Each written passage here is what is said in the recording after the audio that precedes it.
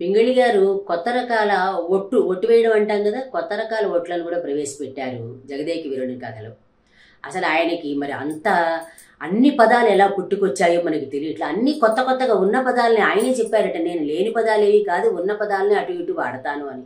సరే, తర్వాత ఇప్పుడు కూడా చాలా మంది అనుసరిస్తున్నారు. ఆయన ఒక ట్రెండ్ సెట్టరు. ఈ ఒట్టు వేయడం అన్నాం కదా, ఇక్కడ చూడండి, ఆయన బేతాళుడి మీద ఆన. ఎవరైనా అసలు బేతాళుడి మీద ఆన వేస్తారా? అసలు బేతాళుడు ఉన్నాడో లేదో తెలియదు. అదొక క్రియేటివ్ మనకి సృష్టించిన పాత్ర. అలాంటిది బేతాళుడి మీద ఆన అన్నారంటే మనం ఏమనుకోవాలంటే ఇదేదో చెడ్డ కార్యం తలపెట్టినప్పుడు అలా ఒట్టు వేసి ఉంటారేమో అని అనుకోవాలి మనం. పింగళి గారు ఏమనుకున్నారో తెలియదు. ఎందుకంటే దేవుడి మీద ఒట్టు, తల్లి మీద ఒట్టు, నా మీద ఒట్టు, నీ మీద ఒట్టు ఇట్లా అంటూ ఉంటాం మనం. కానీ ఈయన బేతాళుడి మీద ఆన అన్నారంటేనే అక్కడే అర్థమవుతుంది కదా, నిలబడని మాట అది. దేవుడు అనే వాడిని నమ్ముతాం కాబట్టి దేవుడి మీద ఒట్టేస్తే తప్పు జరుగుతుందేమో అని భయం వేసి మనము అది నడుపుతాం, అంటే నెరవేర్చుకుంటాం.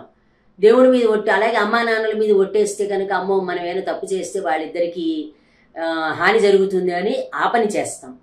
అలాంటిది ఎవరికి సంబంధం లేని బేతాళుడి మీద ఆనా అంటాడు. బేతాళుడి మీద ఆనా అని వేశారంటే కనుక అది ఇంకా నిలబడే మాట కాదు ఒకటి. రెండోది దుష్కార్యం చేయడానికి అయ్యి ఉంటుంది. మనం ఊహిద్దాం, పింగళి గారు ఏం ఊహించారో ఆయన చెప్పడానికి మనకి లేరు కాబట్టి, ఆయన మనకి వదిలేశారు కాబట్టి మనకి నచ్చిన భాష్యం చెప్పుకోవడంలో తప్పు లేదు.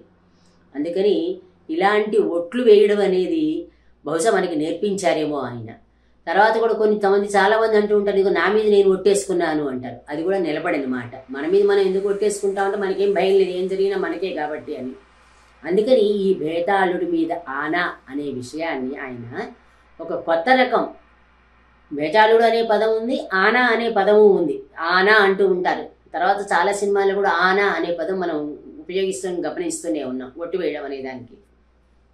అందుకని బేతాళుడి మీద ఆనా అన్నారంటే అర్థం ఏంటంటే అది జరగని పని, ఎవ్వరూ కూడా దాన్ని పట్టించుకోరు, వాడేదో దుష్టకార్యం చేయడానికే ఈ ఒట్టు వేశాడు అనే అర్థం వస్తుందేమో. మరి అది పింగళి గారే ఆ పంచాయతీకి తీర్పునివ్వాల్సి వస్తుంది మనకి.